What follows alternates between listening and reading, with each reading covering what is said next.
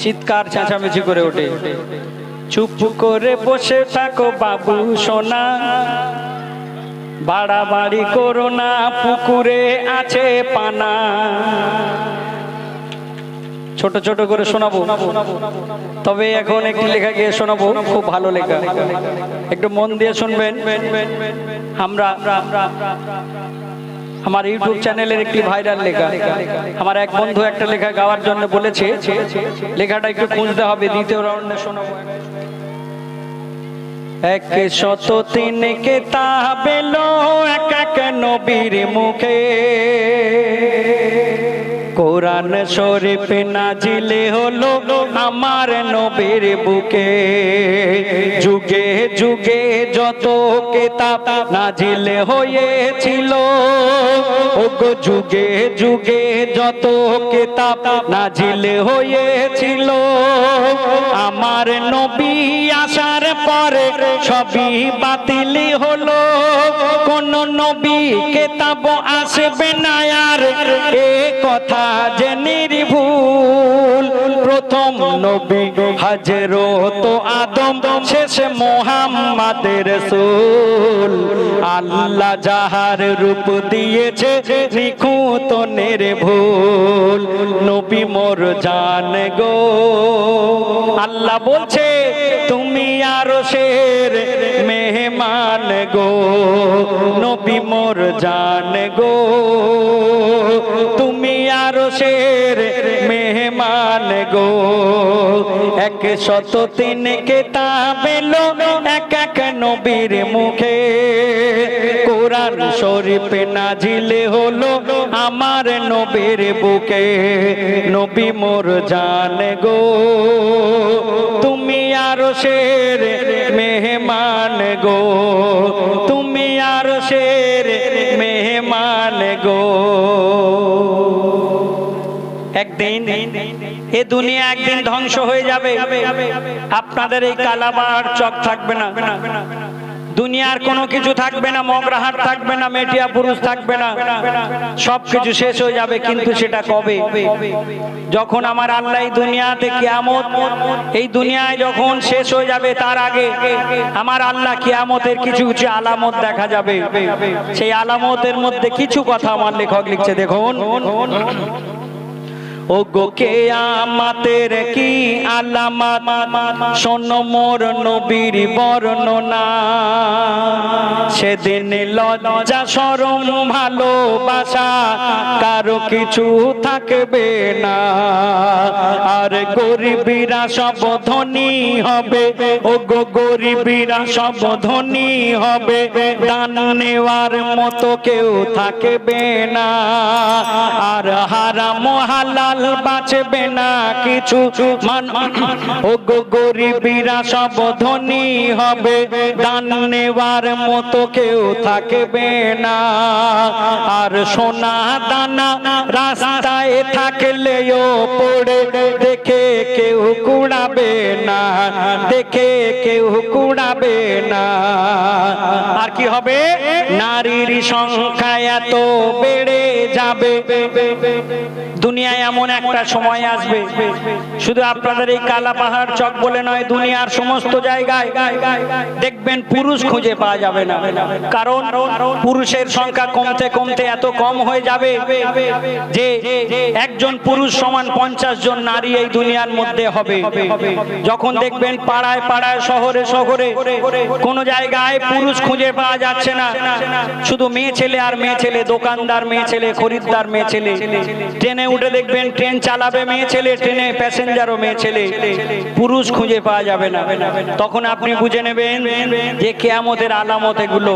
তাই আমার লেখক লিখছেন, ও গো নারীর সংখ্যা এত বেড়ে যাবে, তাদের ভিড়ে পুরুষ হারিয়ে যাবে, আর হারাম হালাল বাঁচবে না কিছু, মানুষ মানুষের মাংস খাবে।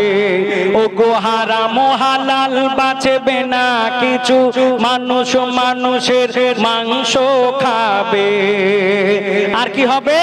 কোরআন থেকে যত হরফ আসমানে ফিরে যাবে, ও গো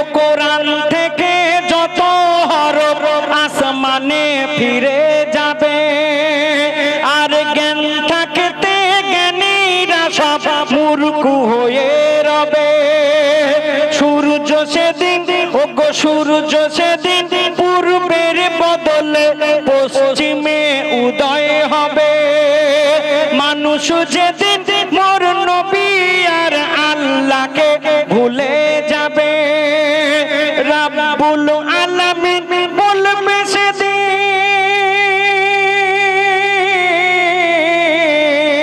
ও গো রাব্বুল আলামিন বলবে সেদিন, এ দুনিয়া আমি আর রাখবো না। মুহাম্মাদের উম্মত যেদিন আল্লাহ বলে কেউ আর আমায় ডাকবে না। আর যাদের তরে এই দুনিয়া গড়া, আল্লাহ বলবে ও গো যাদের তরে এই দুনিয়া গড়া, মোর সাধের আদম কুল, ইসরাফিলের এক বাঁশিতে হবে যে নির্মূল। আল্লাহ যাহার রূপ দিয়েছে নিখুঁত নির্ভুল, নবী মোর জান গো তুমি আরশের মেহমান গো, তুমি আরশের মেহমান গো। 103 কিতাব এলো এক এক নবীর মুখে, কোরআন শরীফ নাজিল হলো আমার নবীর বুকে। নবী মোর জান গো তুমি আরশের মেহমান গো। আর একটি ছন্দ, আমরা মুসলমান প্রত্যেকে নামাজ পড়ি, 30 দিন আমরা রমজান মাসে রোজা রেখেছি, আমরা আল্লাহর ইবাদত করি। এই নামাজ রোজা এবং এ মাসে হাজার হাজার লাখ লাখ লোক হজ করতে চলে যাচ্ছে, লাখ লাখ টাকা খরচ করতে। আমরা হজও করি কেন? আল্লাহর ইবাদত পালন করার জন্য। কিন্তু আল্লাহর আরো কিছু কিছু ইবাদত আছে যেগুলোকে আমরা দেখি অনেকে পালন করি না, ছেড়ে দিই।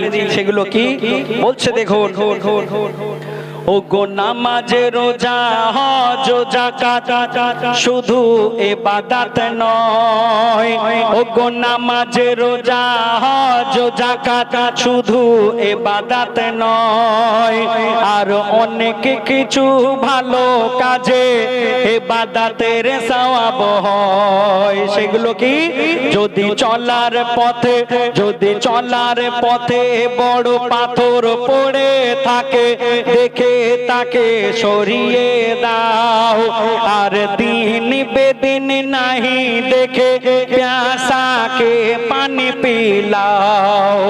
অন্ধকে পথ পার করে দাও, অন্ধকে পথ পার করে দাও, ভুকাকে খানা খাওয়াও। অর্থ থাকলে পাশের বাড়ির গরিব মেয়ের বিয়ে দাও, ও গো টাকা থাকলে পাশের বাড়ির গরিব মেয়ের বিয়ে দাও। তবে দান খয়রাত সাদকা করো, ও গো দান খয়রাত সাদকা করো, তবে লোক দেখানো নয়। তুমি দান করে অহংকার, তুমি দান করে অহংকার দিও না নিজের পরিচয়।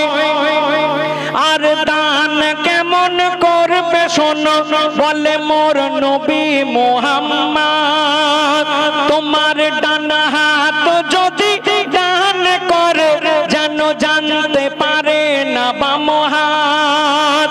আর তোমার দ্বারে অভাবে পড়ে,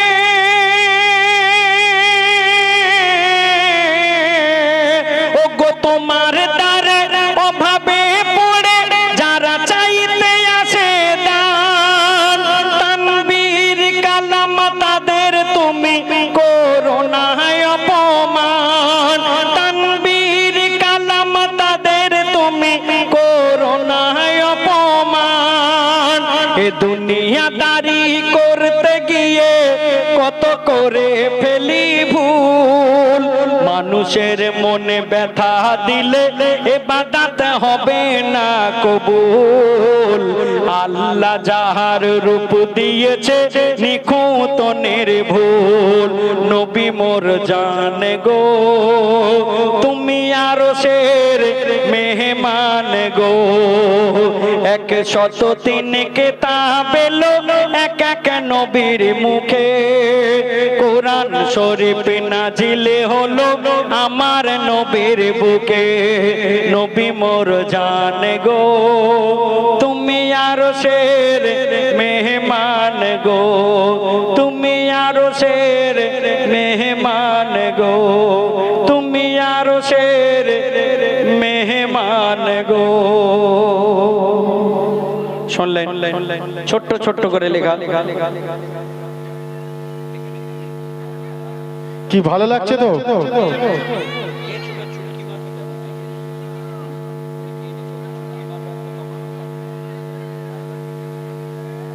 তো আপনারা শুনছেন সেই স্বনামধন্য শিল্পী এসকে জাফর সাহেবের কণ্ঠে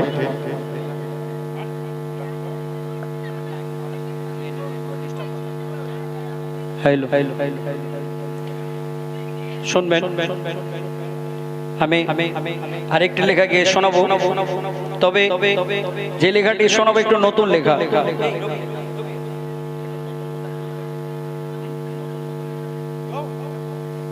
শুনবেন এখানে যে লেখাটি গিয়ে শোনাবো একটু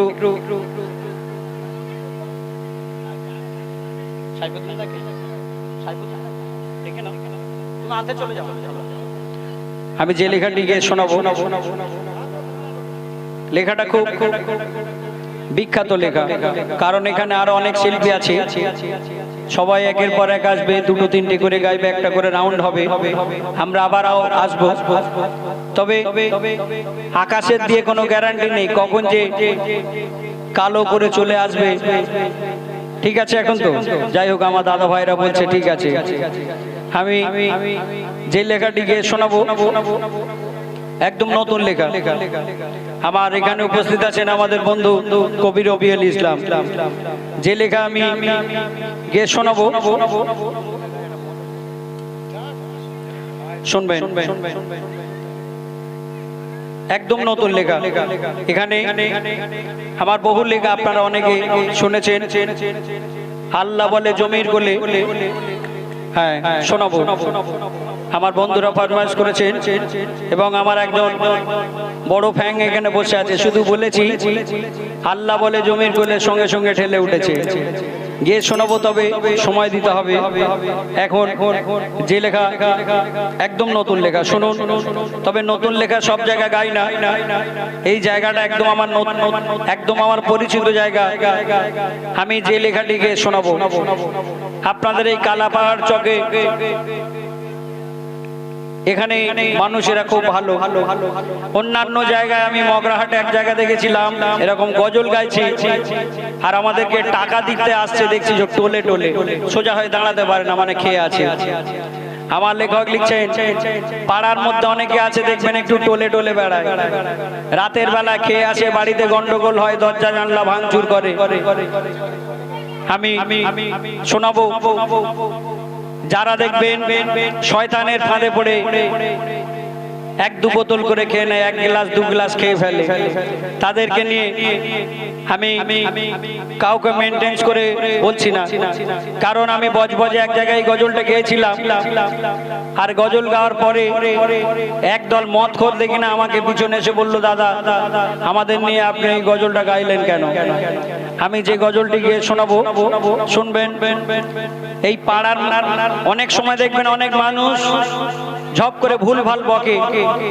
তখন দেখবেন মাওলানাকে ডেকে আনে বলে এর মনে হয় ভূত চেপেছে জেন চেপেছে ছাড়া আমার লেখক লিখছেন ভূতে ধরেছে নাকি ধরেছে জিনে দুধের দোকান খালি লাইন মদের দোকানে ভূতে ধরেছে নাকি ধরেছে জিনে দুধের দোকান খালি লাইন মদের দোকানে আর মদের নেশায় মাতাল হয় ছেলে বাপকে শালা কয় ও গো মদের নেশা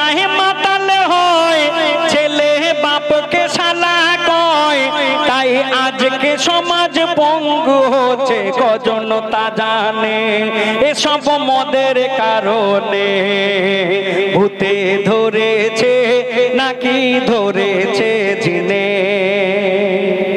আমরা যারা মদ খাই ভুল করে শয়তানের ফাঁদে পড়ে দেখবেন বেশিরভাগ মদখোররা বাড়ি যদি একদিন থাকে বন্ধুরা ফোন করে কই রে বাড়ি আছিস চলে আয় খাওয়াই শুরু হয়ে যায় গেলে এই ভুল করে আমরা যারা মদ খাই শুনবেন মদ আমার নবীর জামানায় মদ হালাল ছিল সবাই খেতে পারত মদকে ইমাম নামাজও পড়াতো কিন্তু এই মদ আমাদের জন্য কবে থেকে হারাম হয়ে গেল বলছে দেখুন মদের গোড়ার কথা বলি শোনো ভাই মদ খেয়ে ইমাম পড়াতো নামাজ নবীর জামানায় আমার নবীর জামানায় কিন্তু একদিন এক সাহাবী মদ খেয়ে ইমামতি করে একদিন এক সাহাবী মদ খেয়ে ইমামতি করে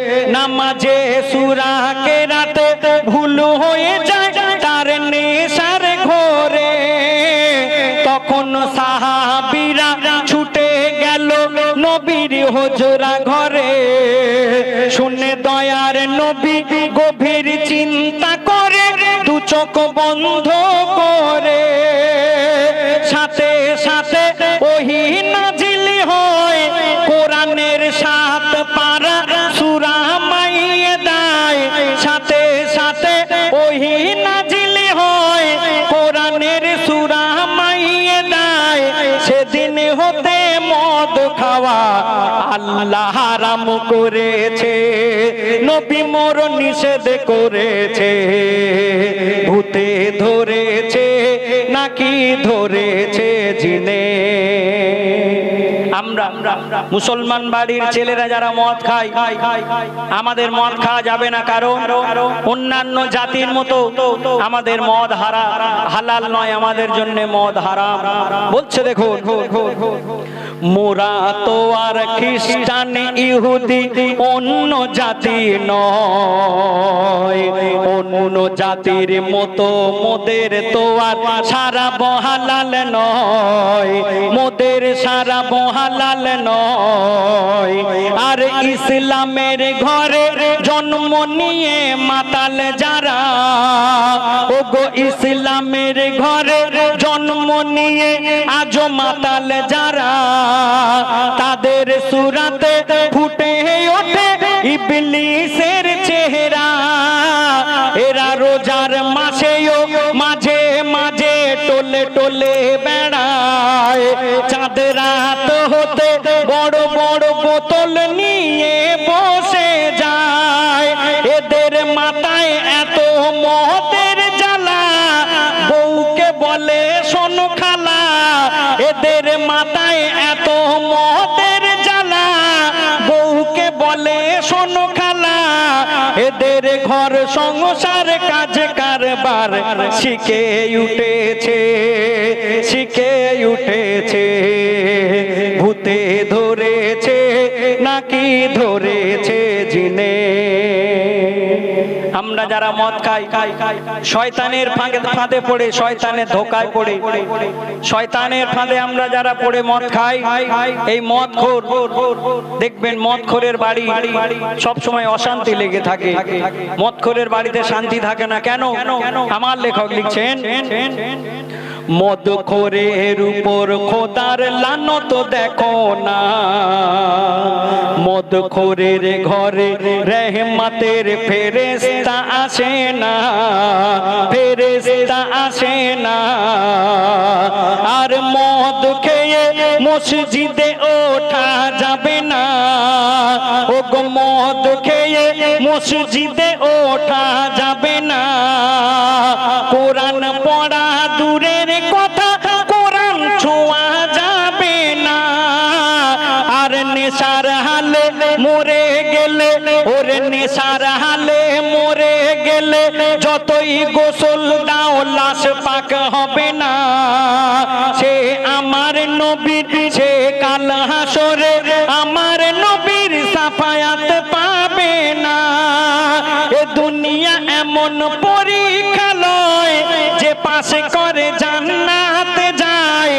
দুনিয়া এমন পরীক্ষা লয় যে পাস করে জান্নাত যায়। তাই এমডি সামাদুল সারাব থেকে দূরে রয়েছে, সকলকে সাবধান করেছে। ভূতে ধরেছে নাকি ধরেছে জিনে, দুধের দোকানে খালি লাইন মদের দোকানে, আর মদের নেশায় মাতাল হয় ছেলে বাপকে শালা কয়। তাই আজকে সমাজ পঙ্গু হচ্ছে কজন তা জানে, এসব মদের কারণে। ভূতে ধরেছে নাকি ধরেছে জিনে। নারায়ে তাকবীর। এই 3-4 জন বাচ্চা আরেকবার জোরে নারায়ে তাকবীর। অসংখ্য ধন্যবাদ। আমার সাইফুদ্দিন আমিনী ভাই আছেন, বহু দূর থেকে এসেছেন আমাদের বন্ধু। আমরা সব সময় এক জায়গায় অনুষ্ঠান করি এবং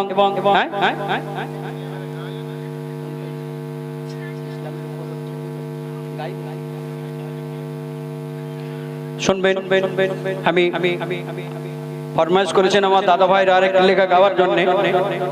তারপরে আমার বন্ধু আমিনী ভাই উনি এসে গিয়েছেন গাইবে, আমাকে ফরমাইশ করেছেন একটি লেখা গাওয়ার জন্য।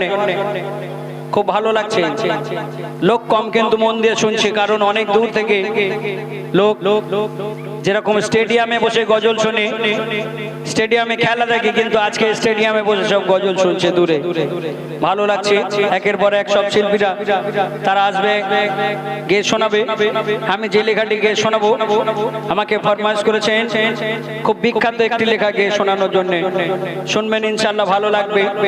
কারণ যে লেখাটি গেয়ে শোনাবো বর্তমান যুগের উপরে লেখা। বর্তমানে দেখবেন শুধু আপনাদের এই পশ্চিম বাংলা নয়, মগরাহাট নয়, সারা বিশ্ব জুড়ে মুসলমানদের উপরে জুলুম চলছে। কোন সময় বলছে মুসলমানদেরকে সিএ এনআরসি করে দেশ থেকে তাড়িয়ে দেওয়া হবে, কোন সময় বলছে মসজিদে মাইকে আজান দেওয়া যাবে না, কোন সময় বলছে মসজিদ ভেঙে দিচ্ছে, গুড়িয়ে দিচ্ছে। মুসলমানের মায়েরা যদি বোরখা পরে রাস্তা দিয়ে যায় ইউপির দিকে, গুজরাটের দিকে, সেই বোরখাওয়ালা মেয়েদের গায়ে নোংরা পানি ছিটিয়ে দেওয়া হচ্ছে। মুসলমানের উপরে যে জুলুম চলছে, এই জুলুম আমার লেখক লিখছেন, আমার ইউটিউব চ্যানেলের খুব বিখ্যাত লেখা। ইসলামের উপর হচ্ছে জুলুম আজকে চারিদিকে, বেদিনরা এসে ঝান্ডা বাঁধে মসজিদের মিনারে উঠে। ইসলামের উপর হচ্ছে জুলুম আজকে চারিদিকে, বেদিনরা এসে ঝান্ডা বাঁধে মসজিদের মিনারে উঠে। কোথাও বন্ধ করে দিচ্ছে আজান, জ্বালিয়ে দেয় কোরআন। কোথাও বন্ধ করে দিচ্ছে আজান, জ্বালিয়ে দেয় কোরআন। মা বোনেদের বোরখা ছিঁড়ে তাদের করছে অপমান। আমার নবীর নামে কত করেছে বদনাম।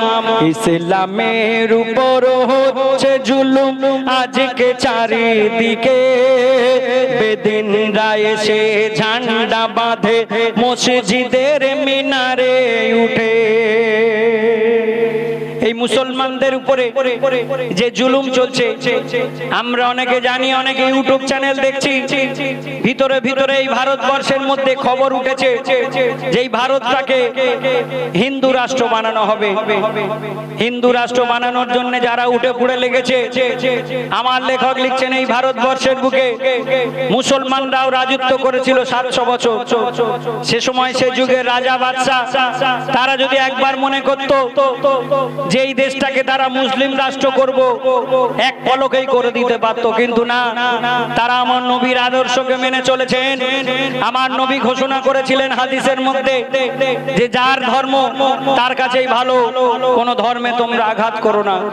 তাই আমার লেখক লিখছেন, ওগো 700 বছর এই ভারতে, ওগো 700 বছর এই ভারতে মুসলিমরা করেছিল শাসন। কোন মন্দিরেতে ঘন্টা বাজাতে কেউ করেনি কভু বারণ। কেন? ধর্ম নিয়ে এত রাজনীতি হতো না, ওগো ধর্ম নিয়ে এত রাজনীতি হতো না। দেখো লেখা ইতিহাসে এ দেশে গঠন করেছিল সব ধর্মের মানুষ মিলে মিশে। তবে আজকে কেন বলছে ওরা, তবে আজকে কেন বলছে ওরা ছাড়তে হবে কোরআন। কোরআন যদি না ছাড়ো তবে যাও বাংলাদেশে পাকিস্তান। কোথাও মসজিদ ভাঙে, কোথাও মাজার ভাঙে, দখল করে গোরস্থান। দাড়ি টুপিওয়ালাকে মেরে মেরে বলে বল জয় শ্রীরাম। ওরে শিশু নারী হত্যাকারী, ওরে শিশু নারী হত্যাকারী, তোরা হয়ে যা সাবধান। কেন? মোদের শক্ত ঈমান ছাড়বো না কোরআন, যদি যায় চলে যাক জান। যতই করিস জুলুম বলে দিলাম ছাড়বো না হিন্দুস্তান। কোথাও বন্ধ করে দিচ্ছে আজান, জ্বালিয়ে দেয় কোরআন। মা বোনেদের বোরখা ছিঁড়ে তাদের করছে অপমান। আজকে এই ভারতবর্ষের বুকে শুধু নয়, আপনি ধামোয়া স্টেশন থেকে ট্রেনের মধ্যে উঠবেন বা একটু ভিড় বাসে কোনো জায়গায় কলকাতা শহরের মধ্যে উঠবেন, দেখবেন এই ভিড় ট্রেন কিংবা বাসে যদি একটা দাড়িওয়ালা টুপিওয়ালা এরকম মানুষ ওঠে, তার গায়ের কাছে কেউ দাঁড়াতে চায় না। কেন? মুসলমানের গায়ে কি গন্ধ লেগে আছে? তার পাশে বসা যাবে না, তার পাশে দাঁড়ানো যাবে না। আমার লেখক লিখছেন, মুসলমানদের উপরে যেই জুলুম হচ্ছে এর জন্য আমাদের কোনো ভয়ের কারণ নেই। কারণ এমন একটা সময় আসবে, এমন একটা যুগ আসবে, আমার নবী হাদিসের মধ্যে বলে গেলেন শুধু মুসলমান বাড়ির দাড়িওয়ালা টুপিওয়ালা মানুষেরা মার খাবে। তবে তারপরে কি ঘটবে শুনুন। ওগো আমার নবীর ভবিষ্যবাণী করে গেছেন বারে বার। আমার নবী ভবিষ্যবাণী করে গেছেন বারে বার। চোদ্দ সিদ্দিক পরে মুসলিমদের উপরে বাড়বে বেদিনদের অত্যাচার। আর তখন কি হবে? সেই অত্যাচারের সীমা যেদিন পার হয়ে যাবে, কোন এক রোজার শুক্রবারে কাবার ধারে ইমাম মেহেদির আবির্ভাব হবে। আর তখন কি হবে? চৌঠা আসমান হতে ঈসা নবী নেমে আসবে পৃথিবীতে। ঈসা নবীর সাথে জোট বেঁধে যুদ্ধ করবে বেদিনদের সাথে। আর ইসলাম বিরোধী যত ধর্ম জাতি, ওগো ইসলাম বিরোধী যত ধর্ম জাতি সব এক হয়ে যাবে। মুসলিমদের সাথে সেদিন ভয়ঙ্কর যুদ্ধ শুরু হবে। আর অবশেষে সেই যুদ্ধে, ওগো অবশেষে সেই যুদ্ধে মুসলিমরা জিতে যাবে। সারা পৃথিবীতে এক ধর্ম ইসলাম কায়েম হবে। আর যত বেদিন কালমা পড়ে সেদিন, ওগো যত বেদিন